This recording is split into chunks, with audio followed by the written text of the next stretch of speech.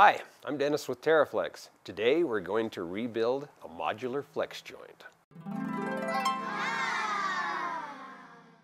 We have two flex joints here. This is our current joint and this is an earlier version. Just wanted to bring them both out so you could see the differences on them. They both rebuild internally exactly the same, but the older one has another option where you can press out the entire assembly and just change it out that way. One of the things that you'll find on the kit is it has a collar in it that has some little steps machined into it. So that's what those little steps are for, is for that earlier version joint. It allows us to just set that against it, gives us a good spot to index on, and we'll go. We'll just go ahead and rebuild this, and so we don't need this joint for now. We'll just get rid of it. Let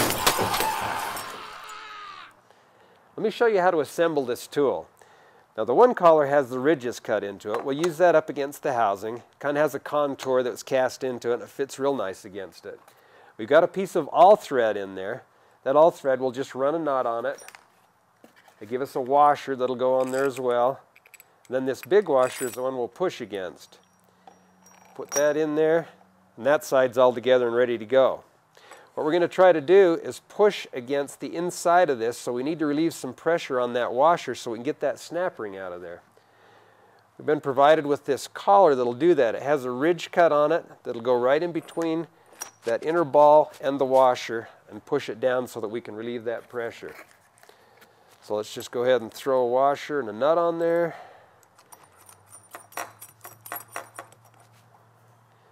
And that's ready to tighten up. With our rebuild tool in place, all we need to do now is take some of the preload off of the bushing in there so that we can get the snap ring out. So it doesn't take a lot of pressure to get them apart. To get the new bushing in there, it's a little tougher. We pull that snap ring out, set it down, and then we'll just take the tool right out of the way. We're ready to do the rebuild.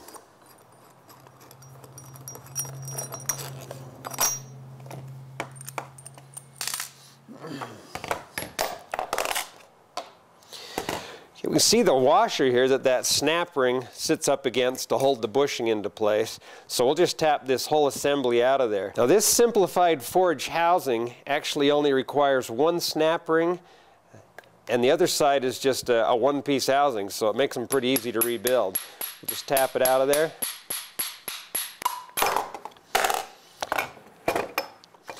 We can see that we've got the urethane piece and then the ball. This ball is actually a chrome-plated ball, and the reason they do that is that it gives us a nice smooth surface so that we have less friction. It gives us longer bushing life. The other thing you'll notice is that there's a lot of surface area there. Just to compare it to the traditional urethane bushing, just look at the size of this surface area that we have to take the load.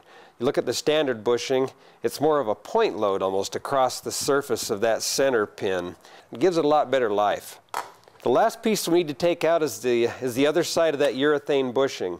Now to get it out, you can see there's just a little bit of a ridge there that we can access through the back side of it. I'm just going to grab a socket and just tap it out of there. Comes out pretty easy, really. Now the reason they've got these little castle tops on these bushings, or this urethane bushing here, is that they're a little bit different in the size of them. You can see that there's a little bit of play there. That allows the grease to pass through that bushing and into the ball to lubricate it. Well, that's pretty much all that's in the flex joint, the bushings, the chrome ball, housing. Let's take a look at our rebuild kit just to show you what comes in a kit. It's going to give you a new chrome ball, 2 new bushings, and a couple of snap rings. It's going to give you 2 snap rings and 2 washers. Now the reason for that is this kit's designed to rebuild both the old style as well as the new style. So if you've got the new style, you're going to have an extra washer and an extra snap ring. Good for you. It's a bonus. If you've got a worn out bushing in here and it's all full of grit and grime, you want to clean all that out. Wash it all out, get it nice and cleaned up so that when you reassemble it, you don't start out with a bunch of grit in there causing a lot of unnecessary wear. All right, well, we've got this cleaned up and ready to go, so let's just set that bottom bushing in there. Probably easier to put it in now before it's all greased up. We've got that seated in there pretty good. I get a lot of questions on what kind of grease should I put in these joints? What do they need to have? We usually use a good synthetic grease. There's a lot of good brands out there on the market. Schaefer's, LE, Amsoil, any of those are great greases. In fact, you could even use just a boat bearing grease. Something that really resists water is what we need to have in here. So, you can see this stuff it's stringy. Don't be afraid to put a little grease in there. I like to load them up pretty good. This stuff is sticky. It is really nasty grease when you get it all over your hands. But I just lube the ball up good, get a good coating on that, good coating on both surfaces of that bushing, and we're ready to reassemble it. With that bottom one already in place, you can sight down in there and you can see where the low spot is, and then we just line that bushing up with it and drop it straight in. It's really not that hard, but you just need to be aware of it. If your socket fits over there, you can use that, or even the tool that it comes with works pretty well to just tap that bushing down into place.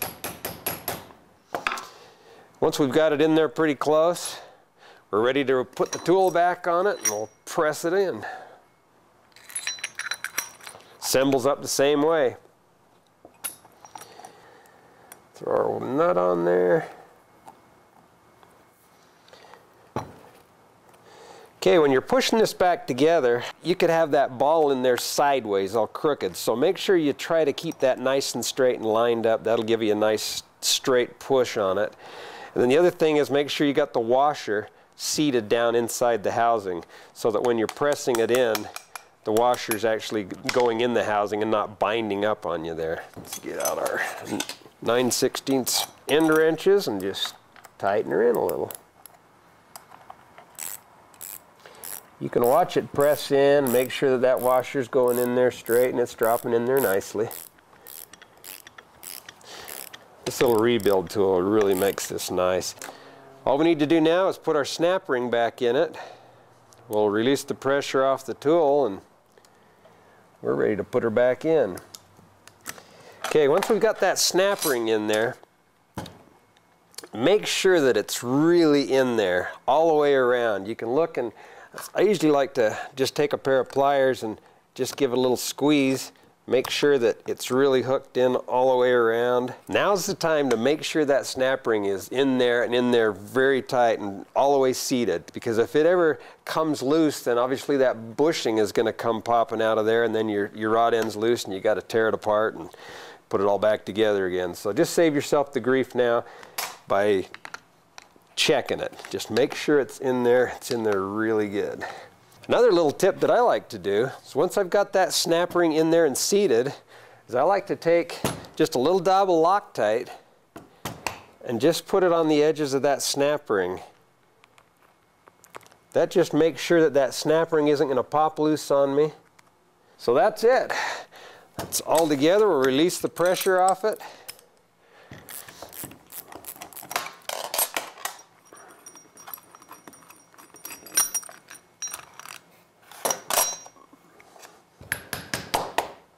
Okay, that's pretty much it for this rod end. I did want to go through the tool setup on the upper rod end. The joint's just exactly the same inside, just a little bit smaller. Let's just grab an upper arm here. You can see the joints are really very similar in construction. They're just a little bit smaller. We've got the same chrome ball in it, the washer, the snap ring. The other side is still forged in, so this is the newer style. So let's just set this one out of the way, and we'll put the rebuild kit onto this small joint to show you how that's set up. The kit is very similar to the other one. Piece has 3/8 all thread, gives you the same collar.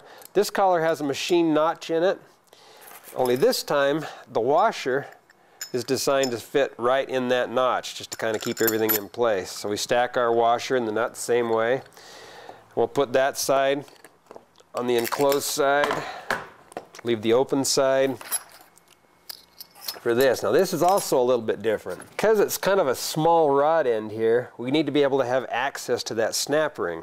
So we've made a step down bushing puller in here that'll slide right into the inside of that washer, just similar to the other one, but it's in 2 halves just to give us access.